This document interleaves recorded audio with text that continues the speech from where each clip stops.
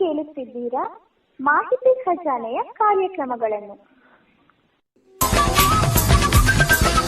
ಮಾಹಿತಿ ಖಜಾನೆ ಯೂಟ್ಯೂಬ್ ವಾಹಿನಿಗೆ ನನ್ನೆಲ್ಲ ಸಂಯುಕ್ತರಿಗೂ ಆತ್ಮೀಯವಾದ ಸ್ವಾಗತ.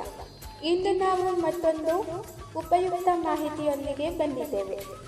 ಈ ವಿಡಿಯೋ ನಿಮಗೇನಾದರೂ ಇಷ್ಟವಾದಲ್ಲಿ ಲೈಕ್, ಶೇರ್, ಕಾಮೆಂಟ್ ಮಾಡಿ ಹಾಗೂ ಇನ್ನು ಹೆಚ್ಚು ಉಪಯುಕ್ತ ಮಾಹಿತಿಯನ್ನು ನಮ್ಮ ಯೂಟ್ಯೂಬ್ ವಾಹಿನಿಯಿಂದ ಏನಾದರೂ ನಿರೀಕ್ಷಿಸುತ್ತಿದ್ದೀರಾ? ನಿರೀಕ್ಷಿಸಿದಲ್ಲಿ ಬೆಲ್ ಐಕಾನ್ ಅನ್ನು ಕ್ಲಿಕ್ ಮಾಡುವುದರ ಮೂಲಕ ಸಬ್ಸ್ಕ್ರೈಬ್ ಆಗಿ.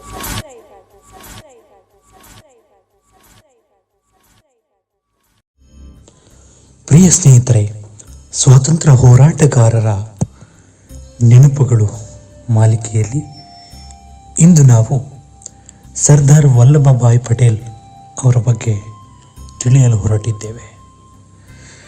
ಇವರು ರಾಷ್ಟ್ರಗಳ ಮಧ್ಯೆ ಒಂದು ರೀತಿಯ ಎಲ್ಲರೂ ಕೂಡ ಒಗ್ಗಟ್ಟಾಗಿರಬೇಕು ಅನ್ನುವಂತಹ ಒಂದು ಸಂದೇಶವನ್ನು ನೀಡುವುದರ ಜೊತೆಗೆ ಎಲ್ಲ ರಾಜ್ಯ ಒಕ್ಕೂಟಗಳನ್ನು ಒಗ್ಗೂಡಿಸೋದಕ್ಕೆ ತಮ್ಮದೇ ಆದ ಪ್ರಯತ್ನವನ್ನು ಮಾಡಿದ್ದಾರೆ.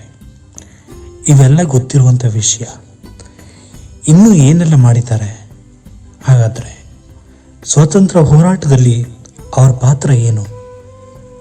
ಈ ಲೇಖನವನ್ನು ಕೇಳಿ ತಿಳಿಯುವಂಥ ಪ್ರಯತ್ನವನ್ನು ಮಾಡೋಣ. ಸರ್ದಾರ್ ವಲ್ಲಭಭಾಯಿ ಪಟೇಲ್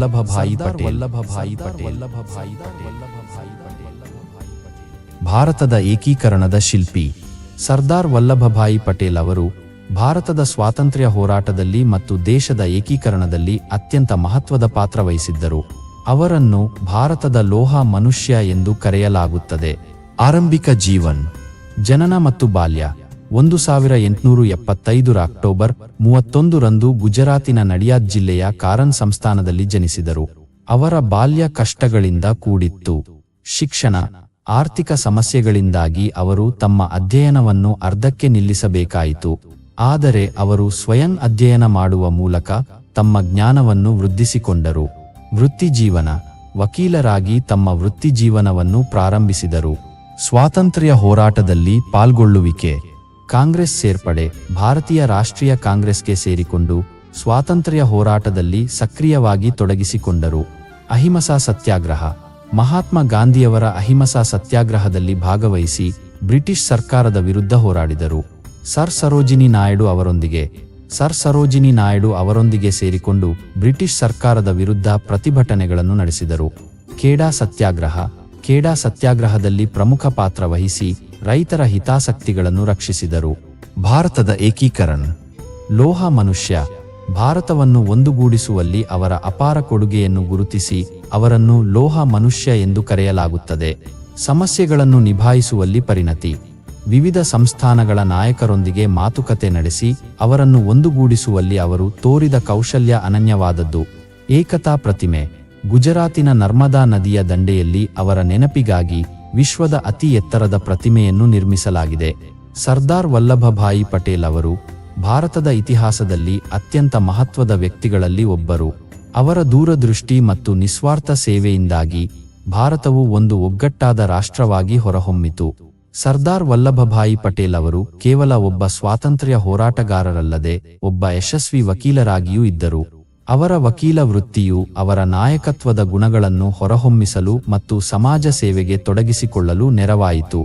ವಕೀಲರಾಗಿ ಆರಂಭ. ಗುಜರಾತಿನ ಗೋಧರಾದಲ್ಲಿ ವಕೀಲರಾಗಿ ತಮ್ಮ ವೃತ್ತಿಜೀವನವನ್ನು ಪ್ರಾರಂಭಿಸಿದರು. ಕಷ್ಟಪಟ್ಟು ಅಧ್ಯಯನ. ವಕೀಲರಾಗಲು ಅವರು ಹಲವು ವರ್ಷಗಳ ಕಾಲ ಕಷ್ಟಪಟ್ಟು ಅಧ್ಯಯನ ಮಾಡಿದರು. ಇತರ ವಕೀಲರಿಂದ ಎರವಲು ಪಡೆದ ಪುಸ್ತಕಗಳೊಂದಿಗೆ ಸ್ವತಃ ಅಧ್ಯಯನ ಮಾಡಿ 2 ವರ್ಷಗಳಲ್ಲಿ ಪರೀಕ್ಷೆಗಳಲ್ಲಿ ಉತ್ತೀರ್ಣರಾದರು. ಸಮರ್ಥ ವಕೀಲರು. ತಮ್ಮ ಕೆಲಸದಲ್ಲಿ ಅವರು ತುಂಬಾ ನಿಷ್ಠಾವಂತರಾಗಿದ್ದರು ಮತ್ತು ಕ್ಲೈಂಟ್ಗಳ ಪರವಾಗಿ ಹೋರಾಡಲು ಹಿಂಜರಿಯಲಿಲ್ಲ. ಸಾಮಾಜಿಕ ನ್ಯಾಯಕ್ಕಾಗಿ ಹೋರಾಟ. ಅವರು ವಕೀಲರಾಗಿ ತಮ್ಮ ಸಮಯವನ್ನು ಸಾಮಾಜಿಕ ನ್ಯಾಯಕ್ಕಾಗಿ ಹೋರಾಡಲು ಬಳಸುತ್ತಿದ್ದರು. ವಿಶೇಷವಾಗಿ ರೈತರ ಹಿತಾಸಕ್ತಿಗಳನ್ನು ರಕ್ಷಿಸಲು ಅವರು ಹಲವು ಪ್ರಕರಣಗಳನ್ನು ವಹಿಸಿಕೊಂಡರು. ಸರ್ದಾರ್ ವಲ್ಲಭಭಾಯಿ ಪಟೇಲ್ ಅವರ ವಕೀಲ ವೃತ್ತಿಯು ಅವರ ಜೀವನದಲ್ಲಿ ಬಹಳ ಮಹತ್ವದ ಪಾತ್ರವನ್ನು ವಹಿಸಿತು. ವಕೀಲರಾಗಿ ಅವರು ಪಡೆದ ಅನುಭವವು ಅವರನ್ನು ಒಬ್ಬ ಯಶಸ್ವಿ ಸ್ವಾತಂತ್ರ್ಯ ಹೋರಾಟಗಾರರನ್ನಾಗಿ ಮಾಡಿತು. ಸರ್ದಾರ್ ವಲ್ಲಭಭಾಯಿ ಪಟೇಲ್ ಅವರು ಒಬ್ಬ ಅತ್ಯುತ್ತಮ ವಕೀಲರಾಗಿದ್ದರು. ಅವರ ವಕೀಲ್ ವೃತ್ತಿಯ ಅನುಭವವು ಸ್ವಾತಂತ್ರ್ಯ ಹೋರಾಟದಲ್ಲಿ ಅವರಿಗೆ ಹಲವು ರೀತಿಯಲ್ಲಿ ಸಹಾಯಕವಾಯಿತು. ವಾದ ವಿವಾದದಲ್ಲಿ ಪರಿಣತಿ. ವಕೀಲರಾಗಿ ಅವರು ವಾದ ವಿವಾದಗಳಲ್ಲಿ ತುಂಬಾ ನಿಪುಣರಾಗಿದ್ದರು. ಈ ಕೌಶಲ್ಯವು ಸ್ವಾತಂತ್ರ್ಯ ಹೋರಾಟದ ಸಭೆಗಳಲ್ಲಿ ಮತ್ತು ಬ್ರಿಟಿಷ್ ಅಧಿಕಾರಿಗಳೊಂದಿಗಿನ ಮಾತುಕತೆಗಳಲ್ಲಿ ಅವರಿಗೆ ಬಹಳ ಸಹಾಯಕವಾಯಿತು.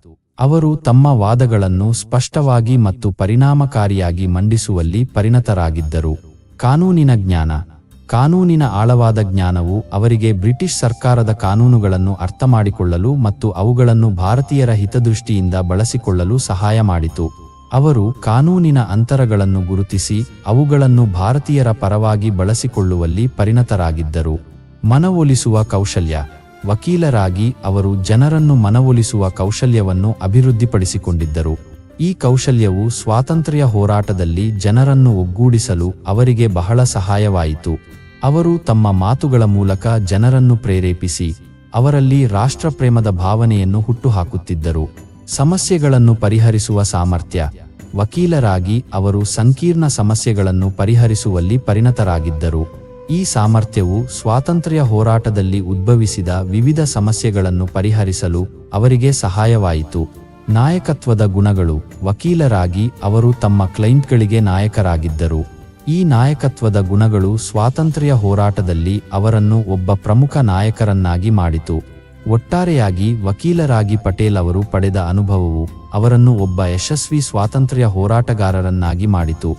ಅವರ ವಾದವಿವಾದದ ಕೌಶಲ್ಯ, ಕಾನೂನಿನ ಜ್ಞಾನ, ಮನವೊಲಿಸುವ ಕೌಶಲ್ಯ, ಸಮಸ್ಯೆಗಳನ್ನು ಪರಿಹರಿಸುವ ಸಾಮರ್ಥ್ಯ ಮತ್ತು ನಾಯಕತ್ವದ ಗುಣಗಳು ಸ್ವಾತಂತ್ರ್ಯ ಹೋರಾಟದಲ್ಲಿ ಅವರಿಗೆ ಬಹಳ ಸಹಾಯಕವಾಯಿತು. ಸರ್ದಾರ್ ವಲ್ಲಭಭಾಯಿ ಪಟೇಲ್ ಅವರು ಬ್ರಿಟಿಷ್ ಸರ್ಕಾರದ ವಿರುದ್ಧ ಹೋರಾಟದಲ್ಲಿ ಅತ್ಯಂತ ಮುಂಚೂಣಿಯಲ್ಲಿ ನಿಂತಿದ್ದರು. ಅವರು ತಮ್ಮ ಬುದ್ಧಿವಂತಿಕೆ, ದೃಢ ನಿರ್ಧಾರ ಮತ್ತು ಧೈರ್ಯದಿಂದ ಬ್ರಿಟಿಷರನ್ನು ಸೋಲಿಸಲು ಪ್ರಮುಖ ಪಾತ್ರ ವಹಿಸಿದರು. ಪಟೇಲರು ಮತ್ತು ಬ್ರಿಟಿಷ್ ಸರ್ಕಾರದ ನಡುವಿನ ಸಂಬಂಧ. ಸತ್ಯಾಗ್ರಹಗಳಲ್ಲಿ ಭಾಗವಹಿಸುವಿಕೆ. ಪಟೇಲ್ ಅವರು ಖೇಡಾ ಸತ್ಯಾಗ್ರಹ, ಬಾರ್ಡೋಲಿ ಸತ್ಯಾಗ್ರಹ ಸೇರಿದಂತೆ ಹಲವಾರು ಸತ್ಯಾಗ್ರಹಗಳಲ್ಲಿ ಸಕ್ರಿಯವಾಗಿ ಭಾಗವಹಿಸಿದರು. ಈ ಸತ್ಯಾಗ್ರಹಗಳು ಬ್ರಿಟಿಷ್ ಸರ್ಕಾರಕ್ಕೆ ದೊಡ್ಡ ಸವಾಲಾಗಿ ಪರಿಣಮಿಸಿದವು. ಕಾನೂನು ಉಲ್ಲಂಘನೆ. ಬ್ರಿಟಿಷ್ ಸರ್ಕಾರದ ಅನೈತಿಕ ಕಾನೂನುಗಳನ್ನು ಉಲ್ಲಂಘಿಸುವ ಮೂಲಕ ಅವರು ಸ್ವಾತಂತ್ರ್ಯ ಹೋರಾಟವನ್ನು ಮುನ್ನಡೆಸಿದರು. ಜೈಲು ಶಿಕ್ಷೆ. ತಮ್ಮ ಹೋರಾಟದಲ್ಲಿ ಅವರು ಬ್ರಿಟಿಷ್ ಸರ್ಕಾರದಿಂದ ಹಲವಾರು ಬಾರಿ ಬಂಧಿಸಲ್ಪಟ್ಟರು ಮತ್ತು ಜೈಲು ಶಿಕ್ಷೆಗೆ ಗುರಿಯಾದರು. ಬ್ರಿಟಿಷ್ ಸರ್ಕಾರದೊಂದಿಗೆ ಮಾತುಕತೆ. ಅವರು ಬ್ರಿಟಿಷ್ ಸರ್ಕಾರದೊಂದಿಗೆ ಮಾತುಕತೆ ನಡೆಸಿ ಭಾರತೀಯರ ಹಕ್ಕುಗಳಿಗಾಗಿ ಹೋರಾಡಿದರು. ಪಟೇಲ್ ಅವರ ಕೊಡುಗೆಗಳು. ಸಂಘಟನಾ ಕೌಶಲ್ಯ. ಅವರು ಒಬ್ಬ ಅತ್ಯುತ್ತಮ ಸಂಘಟಕರಾಗಿದ್ದರು. ಅವರು ಸಾವಿರಾರು ಜನರನ್ನು ಒಗ್ಗೂಡಿಸಿ ಬ್ರಿಟಿಷ್ ಸರ್ಕಾರದ ವಿರುದ್ಧ ಹೋರಾಡಲು ಪ್ರೇರೇಪಿಸಿದರು. ದೃಢ ನಿರ್ಧಾರ. ಅವರು ತಮ್ಮ ನಿರ್ಧಾರಗಳಲ್ಲಿ ಬಹಳ ದೃಢವಾಗಿದ್ದರು. ಬ್ರಿಟಿಷ್ ಸರ್ಕಾರದ ಯಾವುದೇ ಬೆದರಿಕೆಗಳಿಗೆ ಅವರು ಹೆದರಲಿಲ್ಲ. ರಾಜಕೀಯ ಕೌಶಲ್ಯ. ಅವರು ಒಬ್ಬ ಅನುಭವಿ ರಾಜಕಾರಣಿಯಾಗಿದ್ದರು. ಅವರು ಬ್ರಿಟಿಷ್ ಸರ್ಕಾರದೊಂದಿಗೆ ಮಾತುಕತೆ ನಡೆಸಿ ಭಾರತೀಯರ ಹಿತಾಸಕ್ತಿಗಳನ್ನು ರಕ್ಷಿಸಿದರು. ಸರ್ದಾರ್ ವಲ್ಲಭಭಾಯಿ ಪಟೇಲರು ಭಾರತದ ಮೊದಲ ಗೃಹ ಸಚಿವರಾಗಿದ್ದು ದೇಶದ ಸಮಗ್ರತೆ ಕಾಪಾಡುವಲ್ಲಿ ಪ್ರಮುಖ ಪಾತ್ರ ವಹಿಸಿದ್ದರು. ಅವರ ಕೆಲವು ಪ್ರಮುಖ ನೀತಿಗಳು ಹೀಗಿವೆ. ಸಮಗ್ರ ಭಾರತ ನಿರ್ಮಾಣ. ವಿಭಜನೆಯ ನಂತರ ಭಾರತವನ್ನು ಒಂದುಗೂಡಿಸುವಲ್ಲಿ ಅವರು ಮಹತ್ವದ ಕೆಲಸ ಮಾಡಿದರು. ರಾಜಕೀಯ ಸ್ಥಿರತೆ. ದೇಶದಲ್ಲಿ ರಾಜಕೀಯ ಸ್ಥಿರತೆ ಕಾಪಾಡುವಲ್ಲಿ ಅವರು ಪ್ರಮುಖ ಪಾತ್ರ ವಹಿಸಿದರು. ರಾಷ್ಟ್ರೀಯ ಸುರಕ್ಷೆ. ದೇಶದ ರಾಷ್ಟ್ರೀಯ ಸುರಕ್ಷೆಯನ್ನು ಬಲಪಡಿಸುವಲ್ಲಿ ಅವರು ಹಲವು ಕ್ರಮಗಳನ್ನು ಕೈಗೊಂಡರು. ಸಾಮಾಜಿಕ ಸಮಾನತೆ. ಸಾಮಾಜಿಕ ಸಮಾನತೆಗಾಗಿ ಅವರು ಹಲವು ಕ್ರಮಗಳನ್ನು ಕೈಗೊಂಡರು. ವಿಶೇಷವಾಗಿ ಸಂಯುಕ್ತ ಮಹಾರಾಷ್ಟ್ರದ ರಚನೆ. ಮಹಾರಾಷ್ಟ್ರದ ವಿವಿಧ ಪ್ರದೇಶಗಳನ್ನು ಒಂದುಗೂಡಿಸಿ ಒಂದು ರಾಜ್ಯವನ್ನಾಗಿ ಮಾಡಿದ್ದು ಅವರೇ. ಸ್ವತಂತ್ರ ಭಾರತದ ಮೊದಲ ಗೃಹ ಸಚಿವರಾಗಿ ದೇಶದ ಆಂತರಿಕ ಭದ್ರತೆಯನ್ನು ಕಾಪಾಡುವಲ್ಲಿ ಪ್ರಮುಖ ಪಾತ್ರ ವಹಿಸಿದರು. ಸರ್ದಾರ್ ವಲ್ಲಭಭಾಯಿ ಪಟೇಲರು ಭಾರತದ ಒಗ್ಗಟ್ಟನ್ನು ಕಾಪಾಡುವುದರ ಜೊತೆಗೆ ದೇಶದ ಭದ್ರತೆಗಾಗಿ ಹಲವು ಪ್ರಮುಖ ಕ್ರಮಗಳನ್ನು ಕೈಗೊಂಡರು. ಅವುಗಳಲ್ಲಿ ಕೆಲವು. ರಾಜಕೀಯ ಸ್ಥಿರತೆ. ದೇಶದಲ್ಲಿ ರಾಜಕೀಯ ಸ್ಥಿರತೆಯನ್ನು ಕಾಪಾಡುವಲ್ಲಿ ಅವರು ಪ್ರಮುಖ ಪಾತ್ರ ವಹಿಸಿದರು. ರಾಜಕೀಯ ಅಸ್ಥಿರತೆ ದೇಶದ ಭದ್ರತೆಗೆ ದೊಡ್ಡ ಬೆದರಿಕೆಯಾಗಿದೆ ಎಂದು ಅವರು ನಂಬಿದ್ದರು. ಸೇನೆಯ ಸುಧಾರಣೆ. ದೇಶದ ಸೇನೆಯನ್ನು ಆಧುನೀಕರಿಸಿ ಅದರ ಸಾಮರ್ಥ್ಯವನ್ನು ಹೆಚ್ಚಿಸಲು ಅವರು ಹಲವು ಕ್ರಮಗಳನ್ನು ಕೈಗೊಂಡರು. ಆಂತರಿಕ ಭದ್ರತೆ. ದೇಶದ ಆಂತರಿಕ ಭದ್ರತೆಯನ್ನು ಕಾಪಾಡಲು ಪೊಲೀಸ್ ಇಲಾಖೆಯನ್ನು ಬಲಪಡಿಸಿದರು ಮತ್ತು ಗಡಿ ಭದ್ರತೆಯನ್ನು ಬಿಗಿಗೊಳಿಸಿದರು. ಸರ್ದಾರ್ ಪಟೇಲರು ಒಬ್ಬ ಯಶಸ್ವಿ ಗೃಹ ಸಚಿವರಾಗಿ ದೇಶದ ಭದ್ರತೆಗೆ ಹಲವು ಕೊಡುಗೆಗಳನ್ನು ನೀಡಿದರು.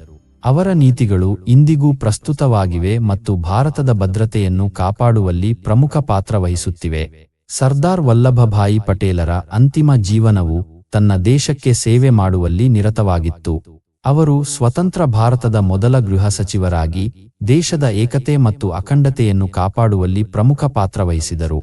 ಅವರ ಅಂತಿಮ ದಿನಗಳಲ್ಲಿ ರಾಷ್ಟ್ರೀಯ ಏಕತೆ, ದೇಶದ ವಿವಿಧ ಭಾಗಗಳಲ್ಲಿನ ಜನರನ್ನು ಒಂದುಗೂಡಿಸಲು ಅವರು ನಿರಂತರವಾಗಿ ಪ್ರಯತ್ನಿಸುತ್ತಿದ್ದರು. ಆರೋಗ್ಯ ಸಮಸ್ಯೆಗಳು. ಅವರು ತಮ್ಮ ಅಂತಿಮ ದಿನಗಳಲ್ಲಿ ಹಲವಾರು ಆರೋಗ್ಯ ಸಮಸ್ಯೆಗಳಿಂದ ಬಳಲುತ್ತಿದ್ದರು.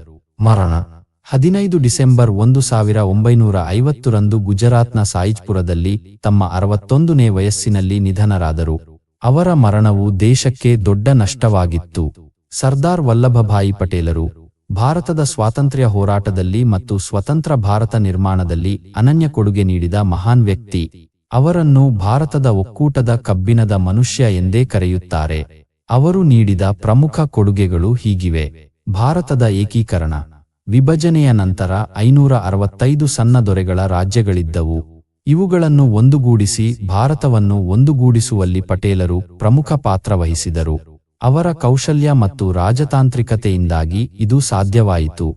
ಸರ್ದಾರ್ ವಲ್ಲಭಭಾಯಿ ಪಟೇಲರನ್ನು ಉಕ್ಕಿನ ಮನುಷ್ಯ ಎಂದು ಕರೆಯಲು ಹಲವು ಕಾರಣಗಳಿವೆ. ಕಠಿಣ ನಿರ್ಧಾರಗಳು. ಭಾರತವನ್ನು ಒಂದುಗೂಡಿಸುವ ಪ್ರಕ್ರಿಯೆಯಲ್ಲಿ ಅವರು ಹಲವು ಕಠಿಣ ನಿರ್ಧಾರಗಳನ್ನು ತೆಗೆದುಕೊಂಡರು.